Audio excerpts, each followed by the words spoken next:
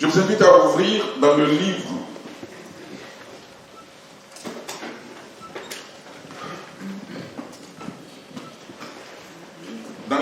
de Job.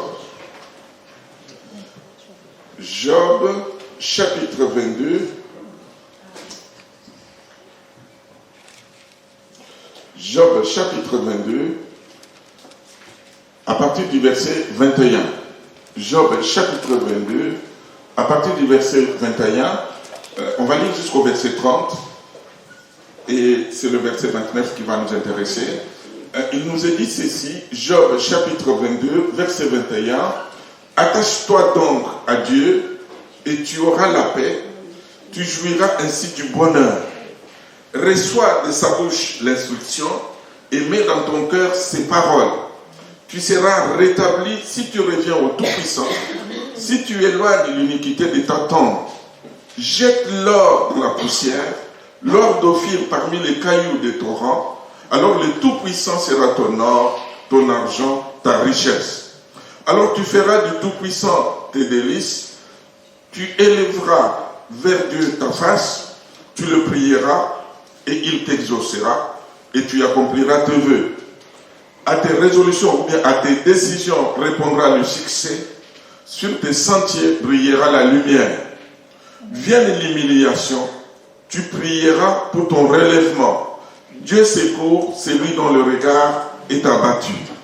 Il délivre même le coupable qui devra son salut à la pureté de tes mains. Amen. Amen. Donc c'est un texte magnifique, un texte merveilleux. Je vous invite à noter, à le relire. Si vous lisez verset par verset, il y a tellement de choses à dire qu'on peut passer des heures.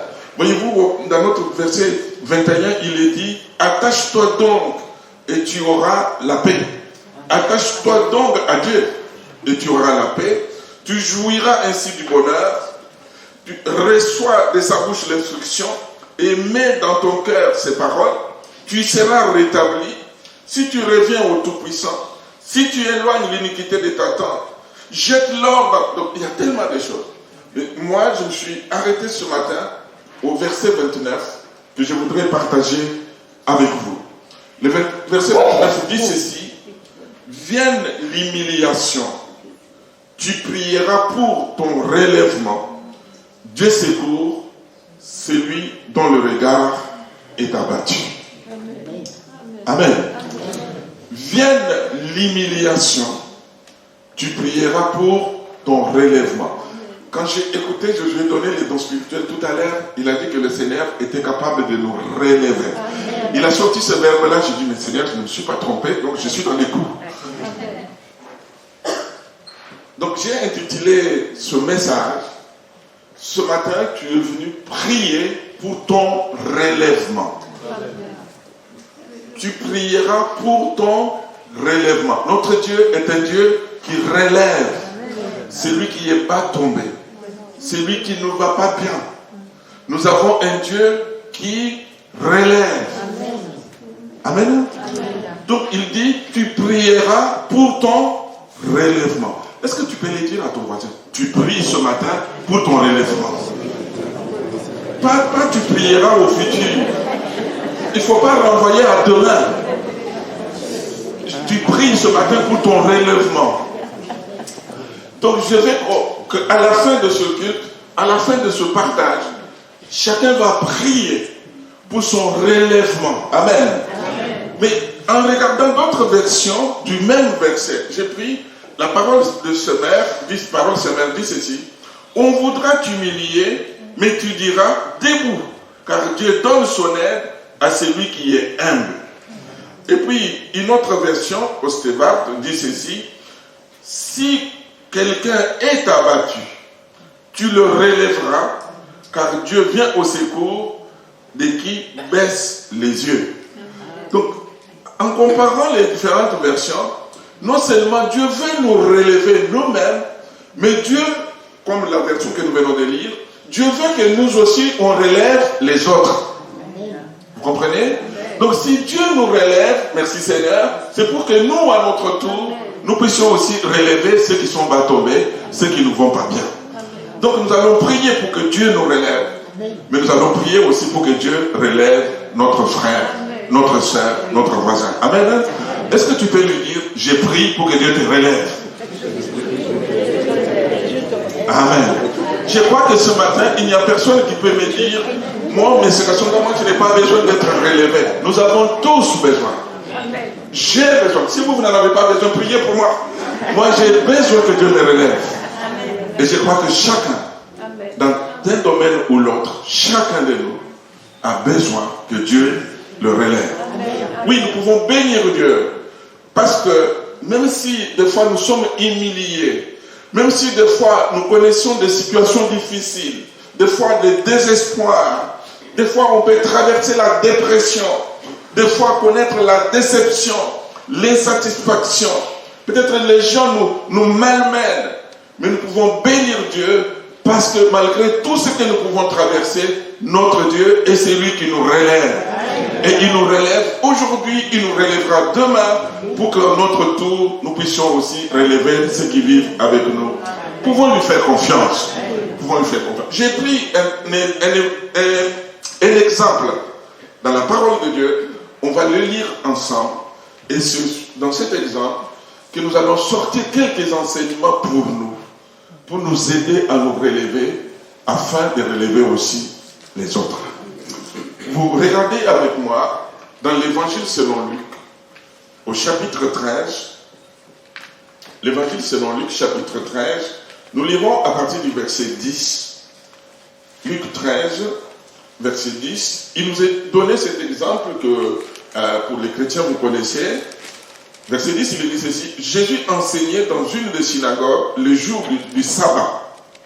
Et voici, il y avait là une femme possédée d'un esprit qui la rendait infirme depuis 18 ans. Et elle était courbée et ne pouvait pas du tout se redresser. J'ai remplacé, ne pouvait pas du tout se relever. Elle ne pouvait pas du tout se relever. Lorsqu'il la vit, Jésus lui adressa la parole et lui dit: Femme, tu es délivrée de ton infirmité. Il lui imposa les mains. À l'instant, elle se redressa et glorifia Dieu. Mais le chef de la synagogue, indigné de ce que Jésus avait opéré cette guérison un jour de sabbat, dit à la foule: il y a 6 jours pour travailler, venez donc vous faire guérir ces jours-là et non pas les jours du sabbat. Donc quelqu'un est là, souffre, mais lui ne voit que le jour du sabbat. Vous imaginez? Quand vous vous réjouissez, vous pensez que tout le monde se réjouit. Non. Lui voit sa religion, quoi. Il faut qu'on respecte des règles. Non, on ne doit pas faire. Non, c'est pas comme ça que les choses doivent se faire. Normalement, ma règle, c'est comme ça. Alors Jésus le regarde et lui dit: mais hypocrite, lui répondit le Seigneur, est-ce que chacun de vous, les jours du sabbat, ne détache pas de la crèche son bœuf ou son âne pour le mener boire? Et cette femme, qui est une fille d'Abraham. Est-ce que vous savez que nous sommes des enfants d'Abraham? Ce qui est une fille d'Abraham et que certains tenaient liés depuis 18 ans, ne fallait-il pas la délivrer de cette chaîne le jour du sabbat? Tandis qu'il parlait ainsi, tous ses adversaires étaient confus et la foule se réjouissait de toutes ces choses glorieuses qu'il faisait. Amen. Amen. Donc voyez-vous, cet exemple que le Seigneur nous laisse dans la parole, je voudrais vraiment m'arrêter sur ce texte que nous venons de lire, sur cet exemple, pour ressortir quelques enseignements pour nous. Le premier enseignement que je ressors, je vais aller vite parce que le temps va vite aussi, c'est la nature de la maladie dont souffrait cette femme. La Bible nous dit qu'elle était courbée. Quand je regarde au milieu de nous, vous savez, ici le mot courbé, c'est vraiment plié complètement comme ça. C'est pas courbé un peu, non, mais c'était comme ça que cette femme était. Le mot qui est utilisé veut dire plié complètement en avant. C'est plié. Être courbé vers le sol, c'est voûté. Alors quand je regarde beaucoup d'entre nous au milieu de nous, je ne sais pas s'il y en a beaucoup qui souffrent de cette maladie au milieu de nous, je ne pense pas. Nous n'en avons pas beaucoup qui souffrent de cette maladie qu'avait cette femme. Mais néanmoins, même si nous n'avons pas cette même maladie, je suis conscient que nous sommes tous, tels que nous sommes ici, confrontés à des choses qui nous limitent et qui nous rendent comme infimes, comme cette femme. Vous êtes d'accord avec moi? Il y a des choses que nous vivons. Il y a des choses que nous traversons. Ça peut être, par exemple, des fardeaux que nous traînons. Tellement ça devient lourd que nous sommes comme courbés et qu'on ne peut pas se redresser. Mais ça peut être des fois des séquelles d'un vécu particulièrement éprouvant. Quand on a traversé des épreuves, des dures épreuves, ça nous épuise, on baisse les bras, mais on est comme courbé, même si physiquement on marche tout droit, mais moralement on est courbé, on n'a pas le moral, on n'est pas bien. Mais ça peut être aussi tout simplement les tracas de la vie. Vous savez, la vie n'est pas facile. La vie est difficile, compliquée. À partir de la maison jusqu'au lieu de travail, des fois même jusqu'à l'église. Bon. Mais ça peut être aussi un péché. On a lutté, on a bataillé, on veut s'en sortir, on veut être libéré, mais c'est comme un lien qui nous tient et on ne peut pas être libre. Ça peut être aussi des passions qui nous lient, qui nous souillent, qui nous avilissent, qui nous rendent des esclaves. On veut être libéré, mais on n'arrive pas à s'en sortir. Oui, on marche tout droit, mais on est comme courbé. On est mal. On ne sait pas comment faire. Mais béni soit Dieu, parce que vous êtes venus dans la présence de celui qui est capable de vous relever. Et je voudrais dire que pas seulement nous qui sommes ici. Le prophète Ésaïe disait, est-ce qu'on peut m'afficher le verset? Ésaïe 24, verset 20. Le prophète disait, la terre entière, donc le monde entier, la terre chancelle comme un homme ivre. Quand vous regardez notre monde dans lequel nous vivons, vous et moi, comment vous les trouvez? Le monde chancelle. Le monde est courbé. Courbé. Le monde va mal. Elle vacille comme une cabane. Son péché pèse sur elle. Elle tombe et ne se relève plus. Plus on fait des choses pour améliorer, plus les choses se dégradent. Amen. Et David, qui fait partie du monde, bien sûr, qui a vécu son temps, quand il est allé vers la femme de son soldat, il était malheureux, il s'est culpabilisé. Il dira dans le psaume 38, au verset, je vais lire d'abord le verset 5, il dit, car mes iniquités s'élèvent au-dessus de ma tête, comme un lourd fardeau, elles sont trop pesantes pour moi, mes plaies sont infectes et purulentes par l'effet de ma folie. Il reconnaît que par sa folie, le péché était lourd pour lui. Peut-être que ce matin, vous marchez normalement, mais il y a quelque chose qui vous pèse. Une passion, un poids, un fardeau. Notre Seigneur, Jésus-Christ, est celui qui porte des fardeaux. Est celui qui relève. C'est lui qui est courbé. Amen. Et je voudrais que ce matin, vous puissiez tout simplement prier pour qu'il puisse vous relever, afin que vous puissiez aussi relever les autres. Amen. David dira au verset 7, psaume 38, je suis courbé, abattu au dernier point. Tous les jours, je marche dans la tristesse. Donc il marchait dans la tristesse, il était malheureux et il ne savait quoi faire. Mais David savait se tourner vers Dieu. Il savait crier à Dieu parce qu'il savait que son Dieu était capable de le relever. Amen. Cette femme était courbée, et le texte nous dit qu'elle ne pouvait pas se redresser. Elle ne pouvait pas se redresser. Le mot montre qu'elle ne pouvait pas se redresser. Cela montre l'impuissance, cela montre la faiblesse, cela montre l'incapacité. Ces mots traduisent les situations dans lesquelles les hommes sont dans l'impossibilité de se relever, de se redresser, de se transformer, de s'échanger par eux-mêmes. Peut-être que vous avez déjà essayé. Peut-être que vous vous êtes en sorti quelques fois. Mais ce matin, je voudrais vous dire, mon frère, je voudrais vous dire, mon ami, arrête de te battre. Viens à celui qui a vaincu ces choses et qui est capable de te relever. Arrête arrête de t'épuiser. Amen.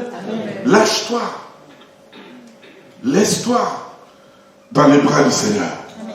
Vous vous rappelez de ce petit cœur que nous avions l'habitude de chanter, qu'on chante d'ailleurs? Christ est la réponse à tous nos pouvoirs. J'aime bien. Christ est la réponse à tous nos pouvoirs. Seule solution. Moi, quand il n'y a plus de paroles en face, je ne sais plus comment chanter. Voilà, Christ est la réponse. Donc ne cherchez plus ailleurs. Ne frappez plus à n'importe quelle porte. Christ est la réponse. Fais-lui foi, fais-lui confiance. Il est seul capable de te relever, que son nom soit béni. La deuxième pensée que je trouvais dans notre texte, dans cet exemple, c'est que cette femme, vous avez vu son état, elle était courbée. C'était visible, ce n'était pas quelque chose qu'on pouvait cacher. Mais cette femme était dans la synagogue. Donc la synagogue, c'était la maison de prière. C'était l'endroit où on partageait la parole. Vous vous imaginez si elle était restée chez elle? Si elle s'était dit, bon, je vais mal, je reste dans mon coin, quand j'irai bien, j'y retournerai. Dites-moi, quelle serait la suite? Elle ne serait jamais pire. Je voudrais dire à l'église, dire à mes amis, vous qui êtes là, quel que soit ce que tu vis, quel que soit ce que tu rencontres, ne coupe jamais ta relation avec Dieu et ne coupe jamais ta relation avec l'église.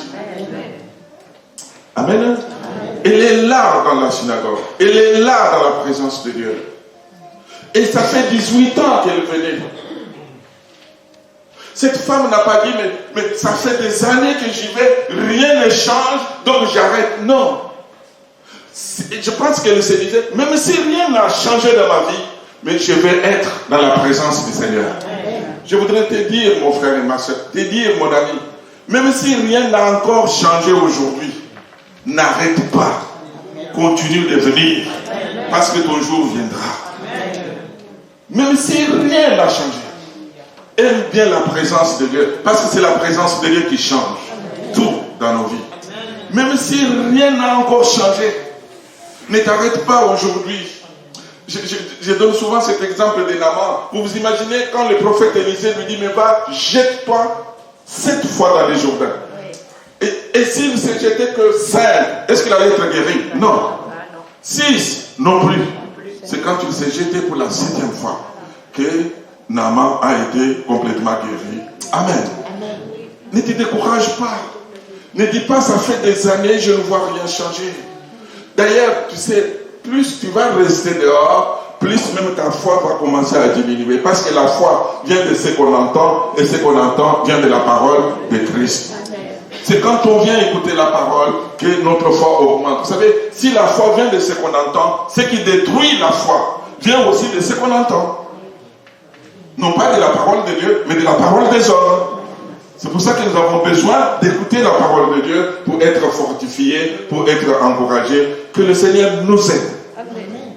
Que le Seigneur vous aide pour que, quelle que soit la situation. Amen. Vous me comprenez bien. De ce qu'on peut, des fois, on peut être dans un état où on ne peut même pas se lever. Ou peut-être avec de nouvelles maladies qui sortent, qui contaminent les autres. Dans ce cas-là, on se préserve, mais pour garder les autres, on se comprend bien. Parce qu'avec Covid, on conseille les gens de ne pas venir à l'église quand ils allons, pour garder, pour protéger les autres. Alors ne vous découragez pas. Même dans le service de Dieu, il ne faut pas vous décourager parce que vous n'avez vu rien changer. Il faut continuer. La Bible nous donne l'exemple d'Élisabeth et Zacharie. Ils étaient avancés en âge. Dans Luc chapitre 1, à partir du verset 7, c'est ce que je vous dis là. Ils étaient déjà avancés en âge. Mais vous savez ce qui leur manquait? Ils n'avaient pas d'enfants. Ils n'avaient pas d'enfants.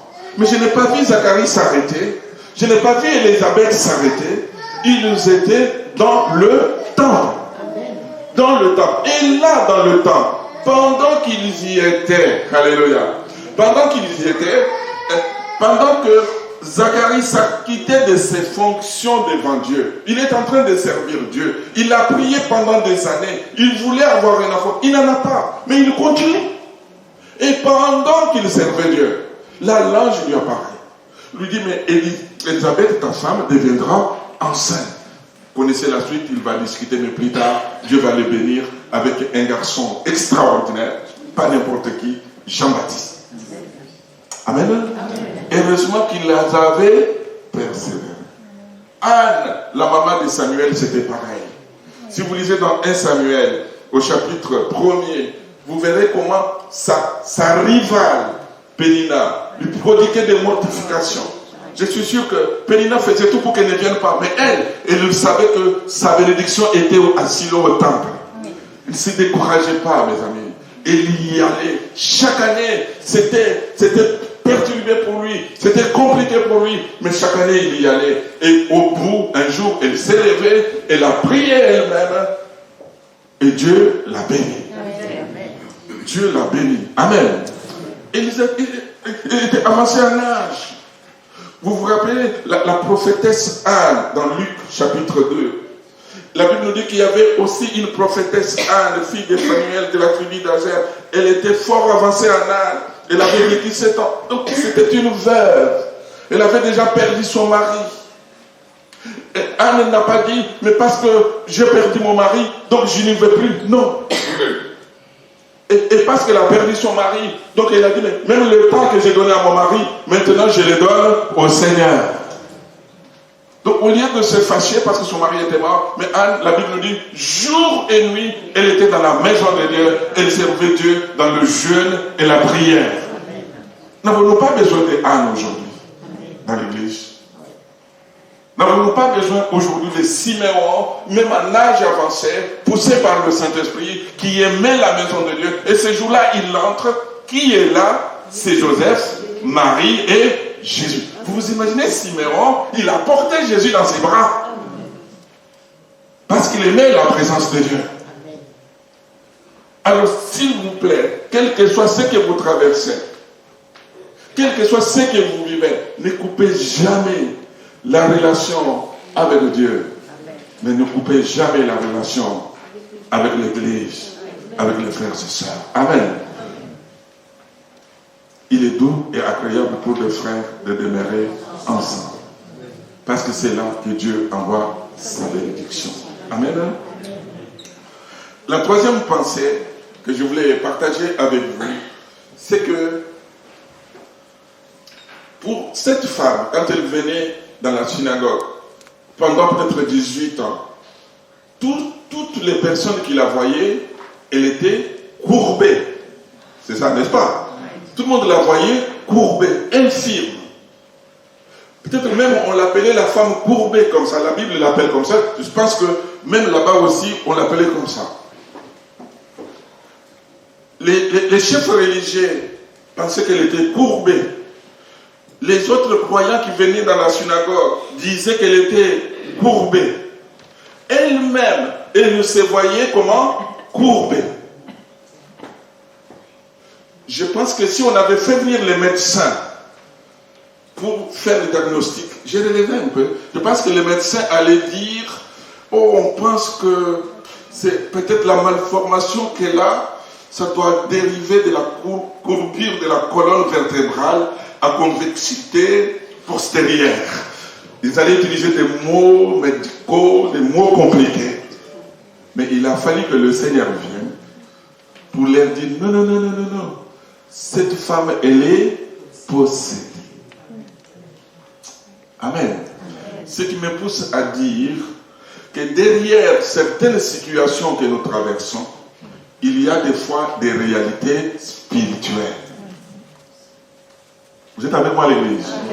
Il y a certaines situations que nous vivons.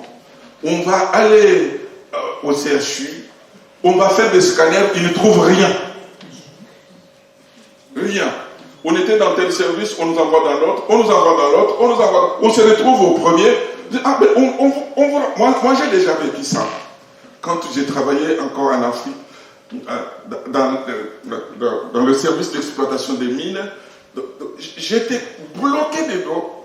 Mais on m'a envoyé quasiment dans les services. Je me suis retrouvé au point du départ. Et puis le médecin m'a dit, mais vous étiez déjà ici? Je dis, ben oui. Mais je vous avais envoyé dans tel service. Je dis, mais ils m'ont envoyé, regardez la fiche. Ils n'avaient pas trouvé. Mais il a fallu qu'un jour on prie pour moi. Alléluia. On prie pour moi. Et je sentais comme s'il y avait un craquement de vertèbres là derrière.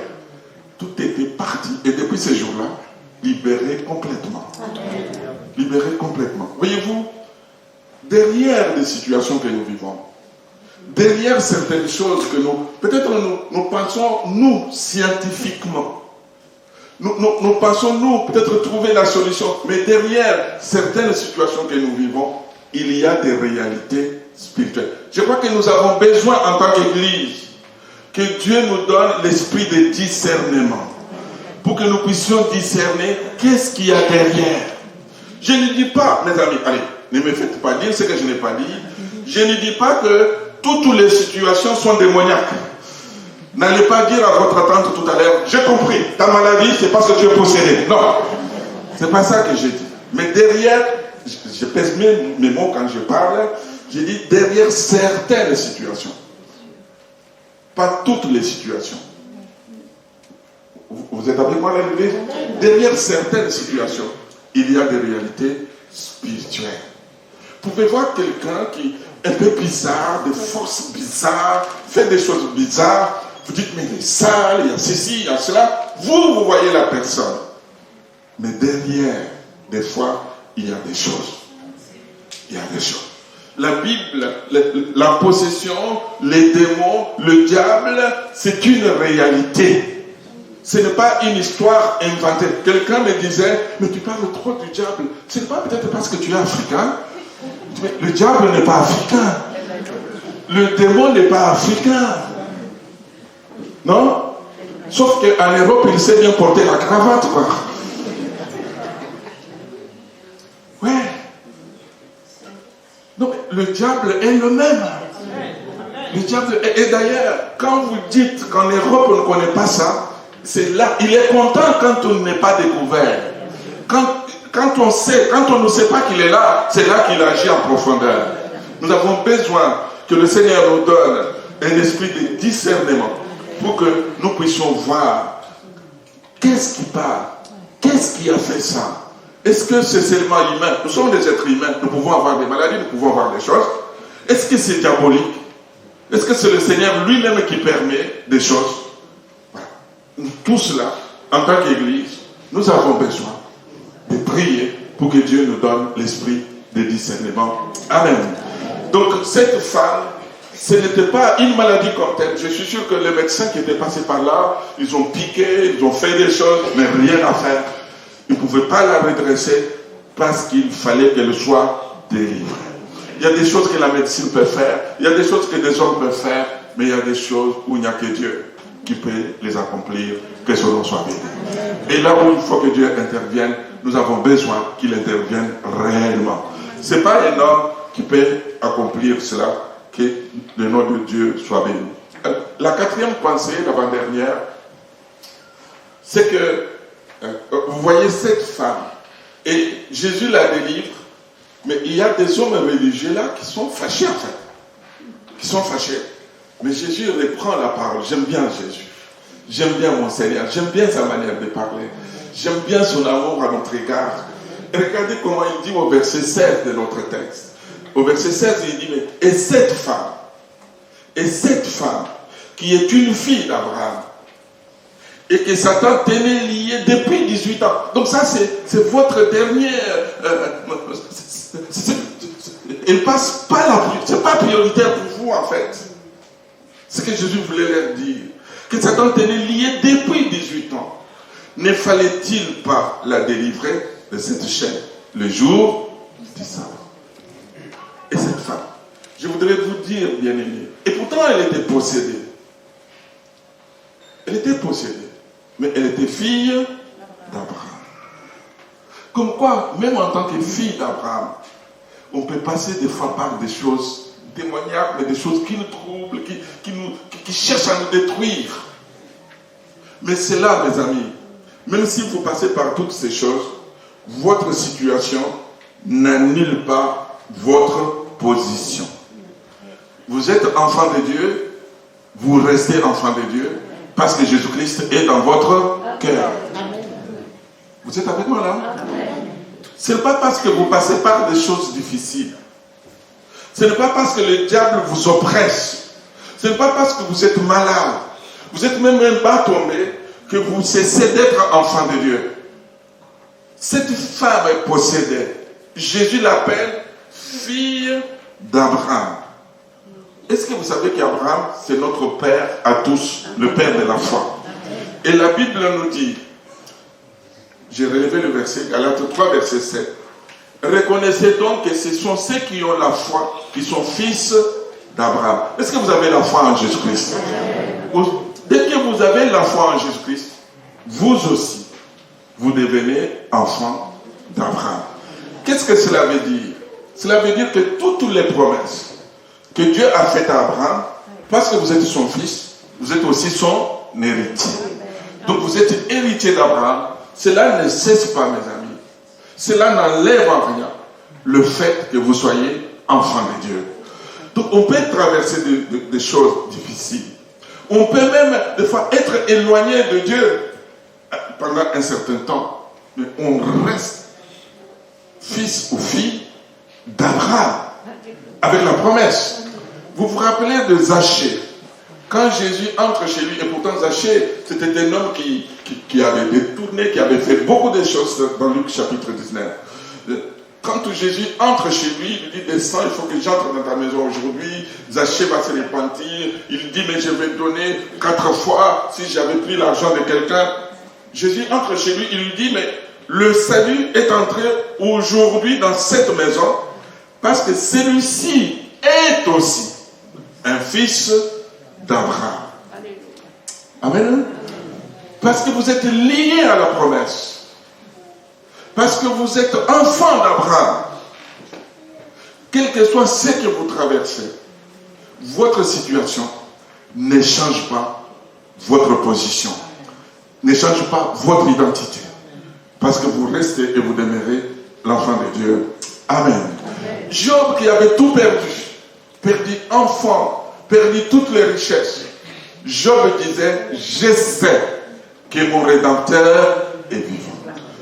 Donc malgré qu'il était au bas du bas, il avait les yeux fixés sur son Rédempteur. Donc le Seigneur était toujours son Rédempteur. Amen.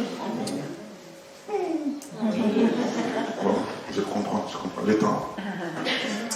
Je termine. La dernière pensée par laquelle je voudrais maintenant conclure pour que nous puissions prier ensemble, c'est que votre situation, je voudrais vous dire, quel que soit ce que vous traversez, que votre situation n'est pas irréversible.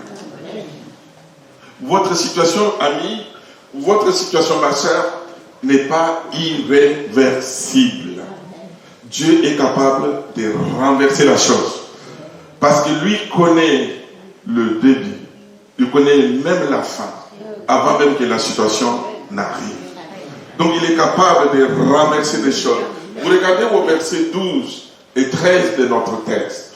Le texte nous dit ceci. Jésus était là. La femme était là. Jésus va avoir 3 contacts avec cette femme. Le premier contact, c'est un contact visuel. Le texte, verset 12 nous dit, lorsqu'il la vit. Lorsqu'il la vit. Est-ce que vous savez que Jésus vous voit? Alors si peut-être vous n'êtes pas conscient, dis-lui dans ton cœur, Seigneur, je veux que tu me voies. Mais voici, Seigneur. Le Seigneur nous voit même lorsque nous nous cachons. Même lorsque nous ne voulons pas qu'il nous voie. Vous vous rappelez de Jonas, alors qu'il est allé se cacher au plus profond du bateau. Mais là, au plus profond du bateau, le Seigneur les voyait. Et le regard du Seigneur, c'est un regard doux. C'est un regard d'amour. C'est un regard bienfaisant. Amen. J'aime bien le regard du Seigneur. Le Seigneur a les yeux qui regardent et qui voient. Il est important de savoir que Dieu nous voit et qu'il nous regarde d'un regard d'amour et de compassion. Vous vous rappelez les enfants d'Israël quand ils étaient en Égypte, Exode chapitre 3. Le Seigneur parlera à Moïse et lui dira, j'ai vu la souffrance de mon père. J'ai entendu le cri qui lui font pousser ses oppresseurs. Car je connais ses douleurs et je suis descendu. J'ai vu. Le Seigneur voit. Amen. Même si à Maron, personne ne connaît ta situation, mais le Seigneur la voit. Il est le Dieu qui a vu Agar chassé par Abraham dans le désert, là où personne ne la voyait, mais le Seigneur la voyait. Le Seigneur voit ta situation. Vous vous rappelez un jour, alors que Jésus passait, Matthieu 9, 36 nous dit, mais voyant la foule, il fit émis de compassion pour elle, parce qu'elle était languissante et abattue comme des brebis qui n'ont point de berger. Le Seigneur vous voit, amis. Jésus est celui qui voit là où nous sommes, là où nous sommes couchés, là où nous sommes relevés. Il voit nos échecs, il connaît nos manquements, il connaît nos faiblesses, il les voit, même le moindre détail. Vous vous rappelez du jeune homme riche? Il est venu auprès du Seigneur. Bon maître, que dois-je faire pour être sauvé? Jésus lui a dit, mais va, vends tous tes biens, donne-les aux pauvres, viens et suis-moi. Et j'aime bien ce texte qui nous dit, avant que Jésus lui dise cela, Jésus l'ayant regardé, quand il lui dit, mais j'ai tout fait, tout ce que tu me demandes de faire, j'ai tout fait. Jésus l'ayant regardé, l'aima, il lui dit, il te manque une chose, va, vends tout ce que tu as, donne-les aux pauvres, et tu auras un trésor dans le ciel. Puis viens et suis-moi. Un regard d'abord. Lorsque nous sommes dans les luttes, lorsque nous sommes dans les combats, nous voulons lui dire comme Josaphat, Seigneur, regarde cette multitude qui vient nous agresser, qui vient nous combattre. Mais nous, nos yeux sont sur toi. Nous voulons avoir nos yeux sur le Seigneur au lieu de les avoir sur les hommes. Parce que vous savez, si vous avez le regard sur les hommes vous décevront. Les hommes vous feront du mal. Parce que quand vous levez les yeux, vous les fixez sur le Seigneur ne vous décevra jamais. Je voudrais lire, comme le psalmiste disait, le psaume 123, verset 2. Voici, comme les yeux des serviteurs sont fixés sur la main de leur maître, et les yeux de la servante sur la main de sa maîtresse, ainsi nos yeux se tournent vers l'Éternel notre Dieu, jusqu'à ce qu'il ait pitié de nous. Amen. Non seulement Jésus va avoir le contact visuel, Jésus va voir cette femme, mais Jésus va lui adresser un mot. Il va avoir un contact verbal. Il y a le contact visuel, mais il y a le contact verbal. Amen. Amen. Avant, Jésus a enseigné tout le monde. Jésus parlait à tous ceux qui étaient dans la synagogue, mais là, Jésus s'adresse à cette femme. Je voudrais dire à quelqu'un que ce matin, ce message sur mon cœur, c'était fort, et puis hier, que ça s'adresse à quelqu'un. On peut prêcher à toute l'église, mais je voudrais que tu prennes ce message pour toi, pour ta situation. Jésus parlait à toute la foule, mais là il s'arrête. Il s'adresse à la femme. Il est le Dieu qui s'occupe de la majorité de la foule, mais il est le Dieu qui s'occupe juste d'une seule personne. Sache, parce que tu es ici ce matin, que tu n'es pas là au hasard. C'était pour que tu entendes ce message, que ta vie change, pour que tu sois relevé ce matin dans tes luttes, dans tes combats, dans tes échecs. Tu as traversé des fois des tempêtes, des moments difficiles. Le Seigneur voudrait que tu changes de saison. Amen. Peut-être que c'était l'hiver jusque-là, mais le Seigneur veut que tu vives aussi le printemps. Le Seigneur veut ouvrir, comme on a entendu dans les dons spirituels, la porte qui était fermée. Tu as tellement pleuré. Le Seigneur veut que tu puisses te réjouir aussi. Tu as manqué de sourire parce que ce n'était pas possible. Mais le Seigneur veut ce matin que tu retrouves aussi les sourires. Mais pour cela, ami, tu as besoin d'avoir ce contact personnel avec le Seigneur. Non pas à cause de mon papa, non pas à cause de ma maman, mais parce que lui seul que tu vas rencontrer, il est capable de te délivrer. Vous voyez ce qu'il dit dans ce verset, j'aime bien. Il dit, il regarde à la femme, il lui parle. Il lui dit, femme, tu es délivrée. Oh. J'ai envie de recommencer la prédication. Ah, mon Dieu. Est-ce que tu peux dire à ta voisine, à ton voisin, est-ce que tu peux lui dire, tu es délivré?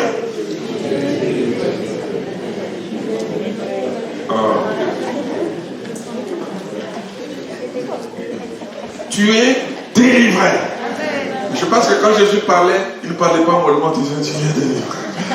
Ah, je comprends, il est presque midi.